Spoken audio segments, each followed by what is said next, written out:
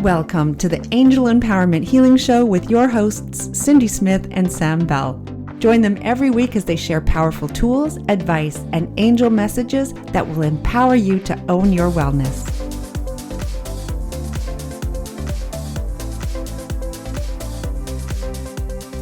Welcome, everyone, to the Angel Empowerment Healing Show. My name is Cindy Smith.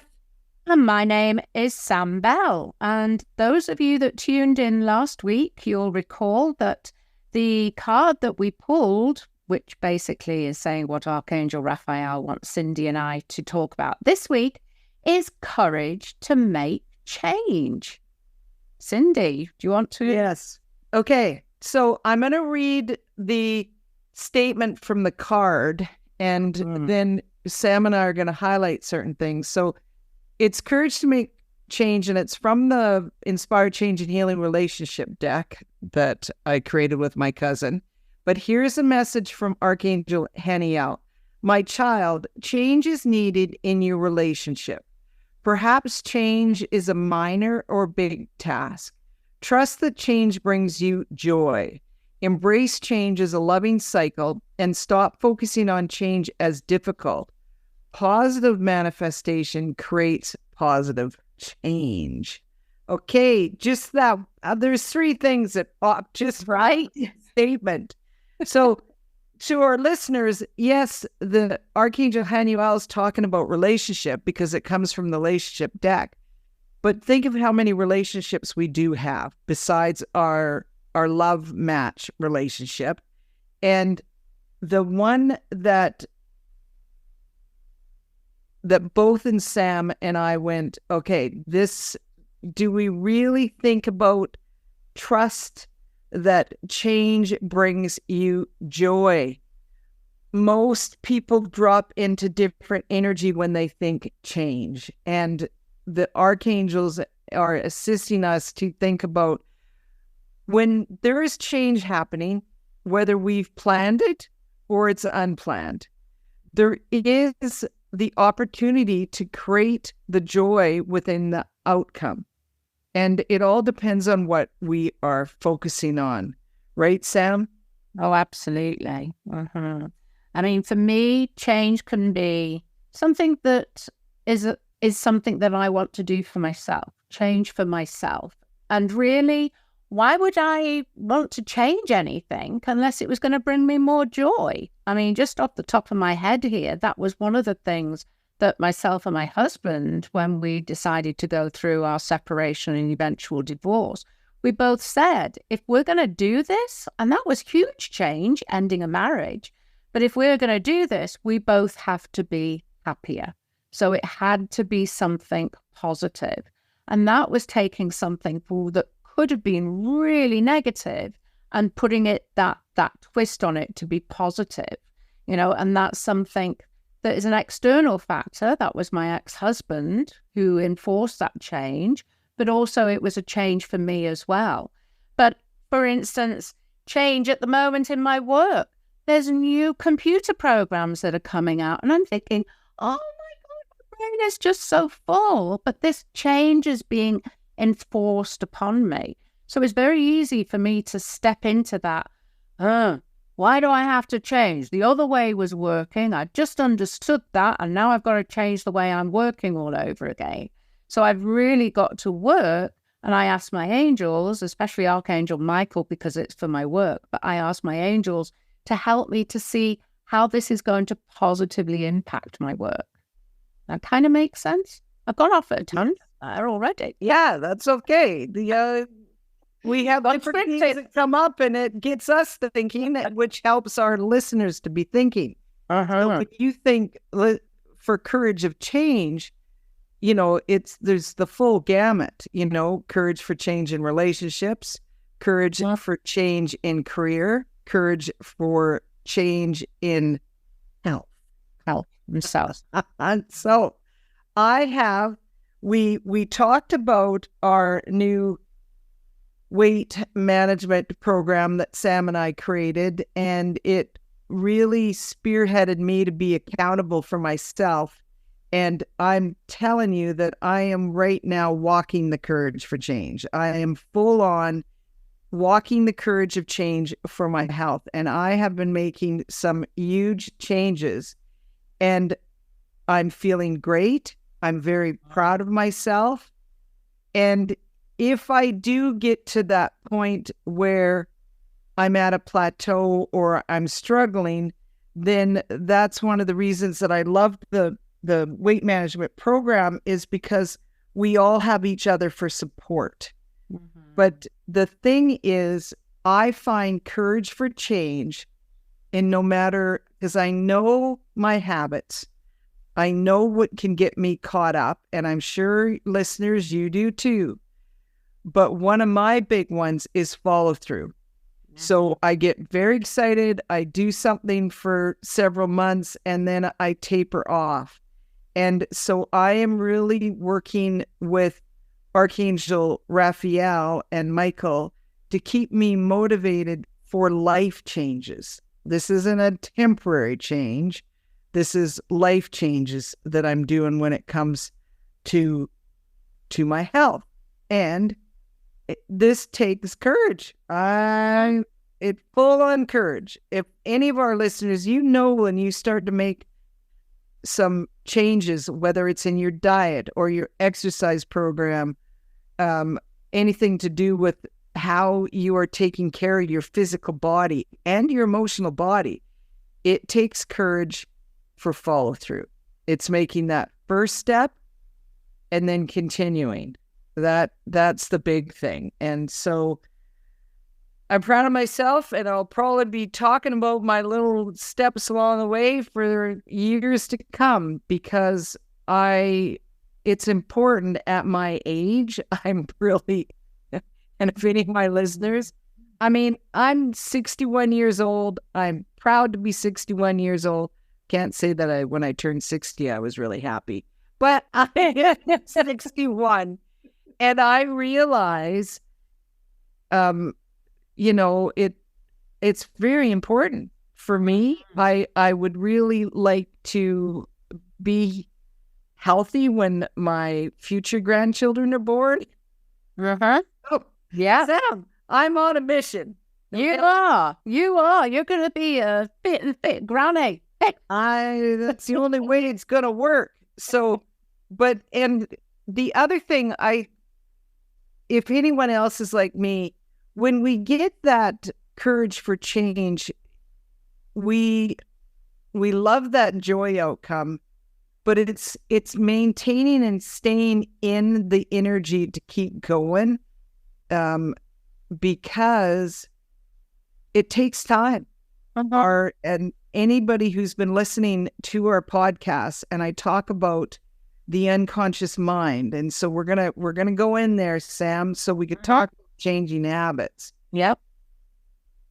Repetitiveness of that unconscious mind, because it's our computer and it works on the least amount of resistance. Sam will talk about it from the body's point of view. I'm talking about it also from that habit point of view, that consistency over and over to reprogram your unconscious mind. Otherwise, it will go back to what it used to know. So it is easier to go back to the habits that you used to have versus forming the new. And that is why so many people give up. Uh-huh. And when they're wanting to make change, they give up. And so I love when you talk about the thermostat, because we're always talking about this, but this is your time to go into the thermostat. Yeah, well, basically, we have a nervous system that is wired to go into fight or flight, so to be in stress, all right? So, and that is basically because we find it so much easier to slip into stress than to slip into relaxation. It's what our nervous system will do automatically. It's wired to choose its familiar hell over a safe heaven or an unfamiliar heaven. So I always think about your nervous system as being a thermostat, in that the thermostat is set to go into fight or flight, which means that our blood pressure will be affected, our heart rate will be affected, our health, our mind will be affected, because it goes into that fight or flight. So preparing ourselves for crisis. And with the rate of life nowadays and our diet, all of these things, our bodies, our nervous system, it is more familiar to it to be reacting to stress and to anxiety and all those things that cause adverse effects on our health. Now, to be able to move that thermostat down to being in calm and that rest and digest, that restorative healing state, we need to make sure that our nervous system recognizes that relaxation, that calm, that resting state as familiar. Otherwise, it's just going to be like the unconscious mind. It's going to be going with it for a while and then going, go to what's familiar. It's safer over there. And so you go straight back into that fight or flight. So this is why we do our Vital Balance. We've got a course called Vital Balance, and this is talking about resetting that thermostat, moving that thermostat setting of our nervous system back down to rest and digest. And like you say, Cindy, like the unconscious mind, you have to repeat it to your nervous system. You have to do this every single day.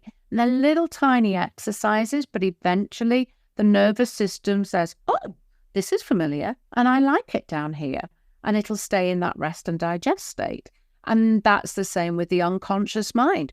Oh, I like it here. I like what I keep being told. I like these messages. And that's when our unconscious mind will start to go into that rest and digest state, so to speak. So at the moment, everybody's nervous system and their unconscious mind is just wired to help us fail. We want to change? Nah, change is different. It's unfamiliar. Yes. And that's a great way to put it, Sam. So for our listeners, think the unconscious mind is your computer. Your conscious mind is the data that feeds the computer. And think of that unconscious mind connected to your nervous system. It is your computer running your body. And, Sam I always talk it into her fancy language. When she starts talking about the parasympathetic and the sympathetic nervous system and all that, she gets a kick when I say that. But the autonomic system. So just know that for follow through, I believe the key is understanding how you tick with your own habits. And following through is catch when you decide to allow that unconscious mind to override the change you've been making and give up, or it's too difficult. I'm going to take the easier path. And so courage for change, it really makes sense why the angels have guided me for years to assist myself and also assist clients. And for us, Sam and I that teach the Angel Empowerment Healing Program, and we also work with one-on-one clients, courage for change goes right hand in hand with healing. And it's because of working with the three minds. Yeah. So I'm going to add the amethyst crystal message on this one. And everybody, my cousin, who I call the crystal expert, Jennifer Mueller, I call out to her. We created the deck together, but she's always referred to amethyst as the master healer. So you think of it, it's courage for change for just about anything you're doing. And I love amethyst because it's easy to obtain and effectively without huge price tags to it. But here's the message from amethyst. I will assist you in acknowledging your readiness for the shift of change. Everybody listening to this. and will help you accept a positive outlook on what change will bring to your relationship. But remember, that includes us, what change it brings to us.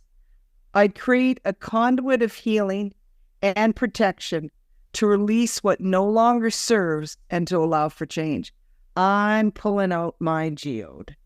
I can say I've got big amethysts all over the place, and I'm just thinking, okay, I've got an amethyst sphere beside on my desk. If I could give you a visual to the listeners, I have a huge desk with crystals all around me.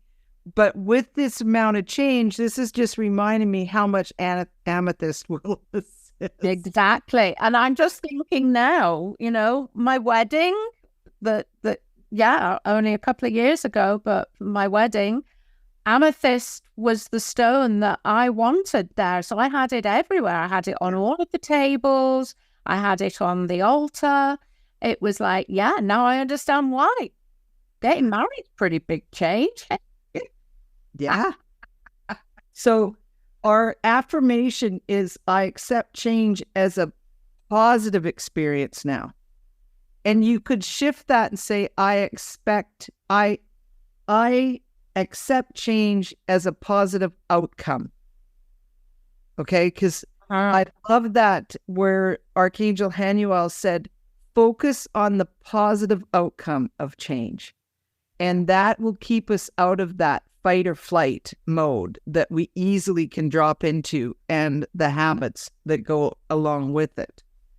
What was interesting, Cindy, is that last night we had our weight management motivation meeting. Cindy and I meet with members every couple of weeks to hear their challenges and share some tips and tricks as to, how they can overcome them. And basically we all keep one another accountable.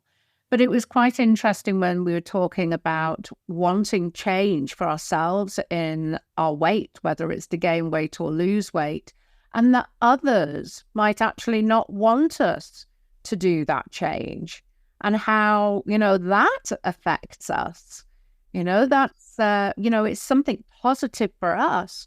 But then you have the external factors saying, no, you don't want to do that. It's like if you're wanting to give up a habit that's a bit naughty, and you've got somebody else there saying, no, you don't want to do that. You do that, then you're going to be boring and miserable. We like how you are, right? It's a big thing. And those are times when we can really call on our angels to support us to make that change for ourselves, not for somebody else, right? And that's really key, so important. Yes. And as me in my past career doing couple counseling, that accepting people's change and learning to be flexible and encouraging your partner in change, that can be big.